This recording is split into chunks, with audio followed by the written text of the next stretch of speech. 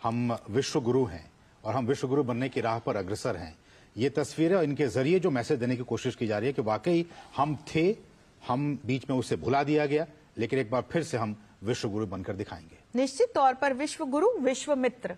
तो जो मैक्रों के साथ खड़े हैं वो विश्व मित्र मुझे दिखाई पड़ते हैं और उनके पीछे जो दृश्य दिखाई पड़ता है वो विश्व गुरु का दृश्य मुझे दिखाई पड़ता है। विश्व गुरु और विश्व मित्र एक साथ हम इन तस्वीरों में देख सकते हैं। अजय, नहीं, अगर थोड़ा सा मैं लिबर्टी ले पाऊं लाइट हार्टेड कमेंट के लिए, तो विश्वामित्र जैसे ऋषि पहले से ही हमारे देश में रहे हैं। बिल्कुल। और कहा जाता है शून्य के साथ साथ हमने दशमलव भी दिया।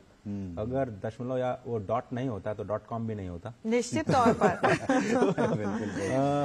लेकिन आज .com की भी जरूरत है। हाँ, वो डॉट जो है ना, हमारे यहाँ तो होता है ओंकारम बिंदु संयुक्तम। तो अगर बिंदु ना हो ना, उस बिंदु से, उस बिंदु को सृष्टि का निर्माण माना जाता है। उस बिंदु से ही सबकी उत्पत्ति मानी जाती है। वो बिंदु अगर भारत ने दिया है विश्व को, जिसको आप विश्व गुरु बार बार कह रहे हैं, हालांकि विश्व को लोग ज्यादातर 183 देशों का एक समूह मानते हैं। हमारी सनातन परंपरा में विश्व, जो कि भगवान विष्णु का पहला नाम है सहस्त्र नाम में, उसमें विश्व पहला ही नाम है भगवान विष्णु का, और उसमें संपूर्ण ब्रह्मांड आता है।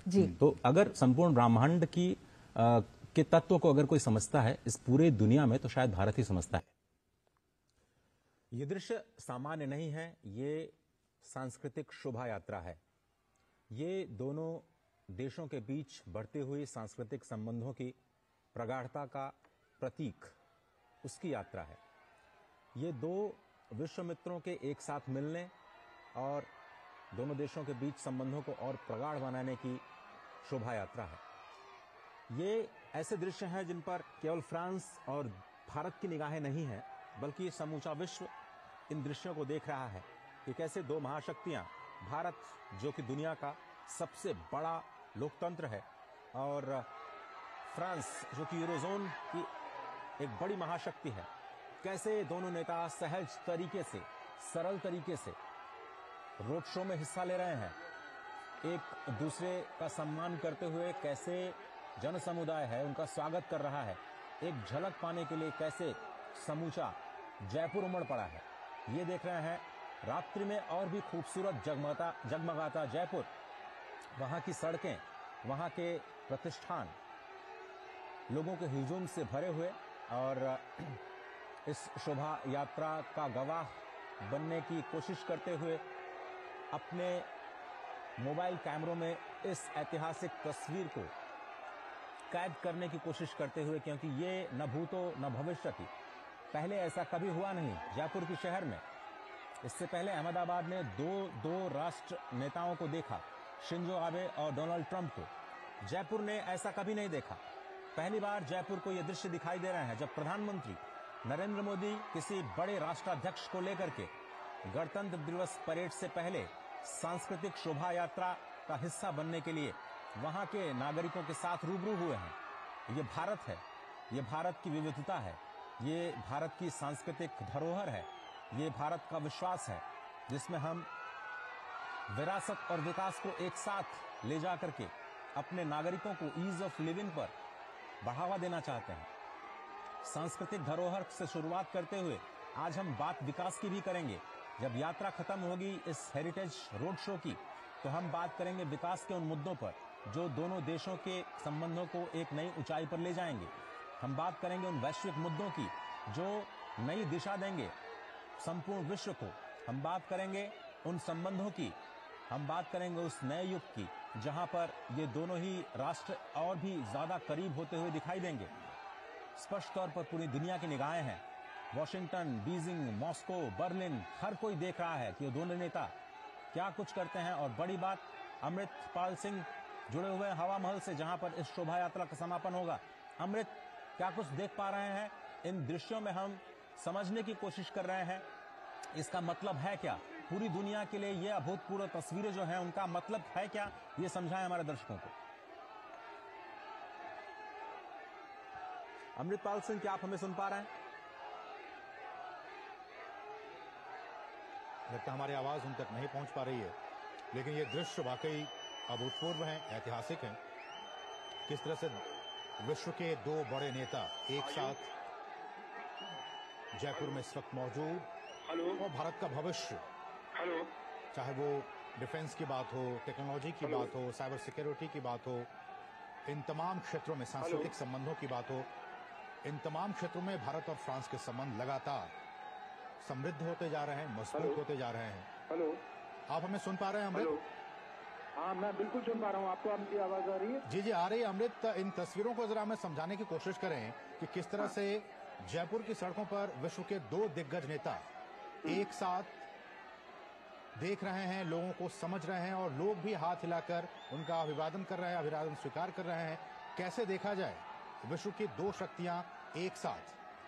विश्व की 2 शक्तियां एक साथ तो हैं ही जयपुर की सड़कों पर लोगों की आवाज सुन रहे हैं आप पीछे। हजूम जो उमड़ा है इस गुलाबी शहर की सड़कों पर, उनमें उनकी आवाज में जो बुलंदी है, वो कल जब मैक्रोन साहब कर्तव्य पथ पर बैठेंगे और स्टेट की जो मिलिट्री माइट होती है या भारत की जो official cultural diversity official version उसका होता है। जी, इमैनुअल मैक्रों इस वक्त की आसमान में लड़ा मानो गड़गड़ा होगी, पर अमृत, हमें आपकी आवाज सुनने में थोड़ी सी दिक्कत हो रही है। हम कोशिश करेंगे आपके ऑडियो को थोड़ा सा बेहतर करने की अपने दर्शकों के लिए। लेकिन आज ये जो तस्वीरें देख रहे हैं, इमैनुअल मैक्रों समझ नहीं पा रहे होंगे कि इतनी लोकप्रियता प्रधानमंत्री बीच बीच में वो कुछ पूछते भी जा रहे हैं उसके बारे में कि वो चीज क्या है जो रोचक तरीके से उनको जो दृश्य दिखाई दे रहा है और प्रधानमंत्री मोदी प्रयास कर रहे हैं उनको समझाने का।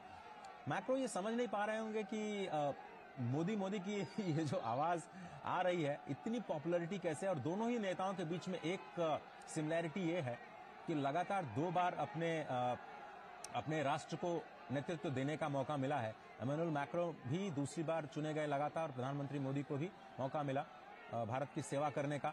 तो इस वक्त मैक्रों मोदी की आवाज सुनकर के उनकी लोकप्रियता का अंदाजा लगा रहे होंगे। दूसरी तरफ प्रधानमंत्री मोदी देश की विरासत को इमैनुअल मैक्रों को दिखाने का प्रयास कर रहे हैं और बताने की कोशिश शायद ये कर रहे होंगे कि देखिए, ये मेरा एक छोटा सा शहर है और कितना प्यार, कितनी आत्मीयता, कितने गर्मजोशी के साथ यहाँ लोग मिलते हैं अपने मेहमानों का स्वागत करने के लिए, क्योंकि अतिथि देवो भव, इस परंपरा को जीने वाला ये भारत, इस भारतवर्ष का शहर और इस शहर का एक एक व्यक्ति अपने अतिथि के स्वागत में किस तरह से अपने घरों को छोड़ करके इस सर्दी की रात में बाहर निकलता है और जगमगाते जयपुर के बीच स्वागत के लिए तैयार है। न केवल मोदी बल्कि इमैनुअल मैक्रों की भी स्वागत की जो पूरी तैयारियां की गई हैं, उसका मुजाहिरा इस वक्त आपको गुलाबी नगर की खूबसूरत सड़कों पर स्पष्ट दिखाई दे रहा है। और जिस बात का जिक्र आज आप कर रहे हैं, गुलाबी ठंड के बीच गुलाबी शहर, गुलाबी नगर के लोग अपने प्रिय नेता प्रधानमंत्री नरेंद्र मोदी और अतिथि नेता फ्रांस के राष्ट्रपति इमैनुअल मैक्रों को उनका वेलकम कर रहे हैं, ग्रैंड वेलकम कर रहे हैं, उनकी तस्वीरें लेने की कोशिश कर रहे हैं, उन पर पुष्प की बारिश हो रही है। और इन्हीं तमाम तस्वीरों को भारत का, जैसा कि आपने कहा, अतिथि देवो भव, उन्हीं बातों को चरितार्थ करते हुए इमैनुअल मैक्रों भी समझ पा रहे होंगे, देख रहे होंगे कि किस तरह से भारत की जनता, यहाँ के लोगों का जो प्यार है, जो स्नेह है, वो उन पर लुटाया जा रहा है। लोग उनकी एक झलक पाने के लिए बेताब दिख रहे हैं। पुलिस के लोग उन्हें कंट्रोल करने की कोशिशों में लगे हुए हैं, लेकिन लोग उनकी एक झलक पाने के लिए बेताब हैं।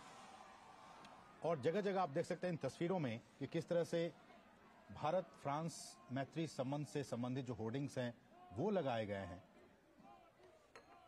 और इस संबंध को की जो एक नई ऊंचाइयों पर पहुंचाने की बात लगातार हम कर रहे हैं।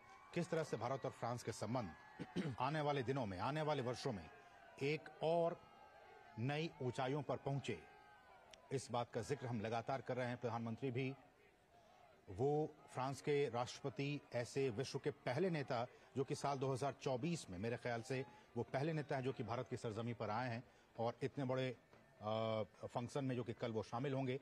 तो ये भी एक तौर पे कहा जा सकता है कि भारत और फ्रांस के रिश्ते किस तरह से नई ऊंचाइयों पर छूते जा रहे हैं। और इन तस्वीरों में जयपुर की जनता उनके स्वागत के लिए वहां पे इतनी ठंड में भी, जबकि अब शाम के 7 बजने वाले हैं, वहां पे वो मौजूद हैं उनके स्वागत के लिए, उनके वेलकम के लिए। अब से कुछ ही देर के बाद वो हवा महल पहुंचेंगे, वो भी यूनेस्को वर्ल्ड हेरिटेज साइट। और ये देखिए, इस होर्डिंग्स में इंडिया फ्रांस फ्रेंडशिप को लेकर यहाँ पे चर्चाएं की जा रही हैं। तो ये डॉक्टर अंशु बहुत ही महत्वपूर्ण ये तस्वीरें, और इन तस्वीरों के जरिए भारत इस बात की कोशिश कर रहा है कि जो संबंध मजबूत हैं उसको एक और नए अध्याय तक पहुंचाने की कोशिशों में प्रधानमंत्री नरेंद्र मोदी। इस हवा महल का निर्माण 1799 में जयपुर के कछवाहा शासक महाराजा सवाई प्रताप सिंह ने रॉयल सिटी पैलेस के विस्तार के रूप में किया था, और आज ये शहर के सबसे लोकप्रिय टूरिस्ट अट्रैक्शन में से एक है। और जब आप गए होंगे, देखे होंगे, 5 मंजिला ये हवा महल एक समृद्ध, इसका जो बाहरी भाग है, और रिकॉर्ड के मुताबिक लालचंद उस्ताद द्वारा भगवान कृष्ण के मुकुट के आकार में डिजाइन किया गया था इस हवा महल को। हवा महल के सबसे ऊपरी हिस्से तक पहुंचने के लिए जो टूरिस्ट वहां जाते हैं वो रैंप का इस्तेमाल करते हैं।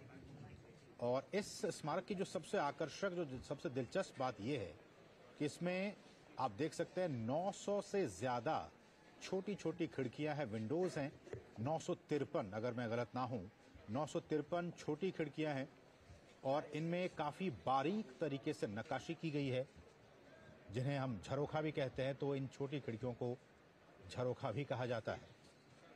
और सालों पहले जब इसका निर्माण किया गया था तो इसके पीछे की वजह यही थी कि ये कई राजपूत परिवारों के लिए गर्मियों के मौसम में एक विश्राम स्थल के तौर पर काम करता था। इसे इस तरह से डिजाइन किया गया था कि ताकि इसमें जो हवा है वो लगातार आती रहे, और गर्मियों के दौरान जब यहाँ पे लोग जाएं तो उन्हें भी राहत मिले, हवा उन्हें मिलती रहे। इस वक्त देखिए कुछ शॉपिंग भी चल रही है, और दुकानों में जो आर्टिफैक्ट हैं पूरी दुनिया में मशहूर हैं राजस्थान के, खूबसूरत नक्काशी के लिए राजस्थानी कला जो है, और भीम यूपीआई जिसकी गूंज पूरी दुनिया में सुनाई दे रही है। डिजिटल पब्लिक इंफ्रास्ट्रक्चर का एक नया मॉडल जो भारत ने पूरी दुनिया को दिया। 2 मॉडल इस वक्त काम कर रहे हैं पूरी दुनिया में। एक मॉडल जिसमें प्राइवेट सेक्टर की कंपनीज कोई सोल्यूशन देती हैं, और दूसरा मॉडल भारत ने दिया कि आप पब्लिक सेक्टर की तरफ से एक डिजिटल प्लेटफॉर्म या इस प्लेटफॉर्म को बनाएं और उसके बाद उस प्लेटफॉर्म को सभी लोग इस्तेमाल करें।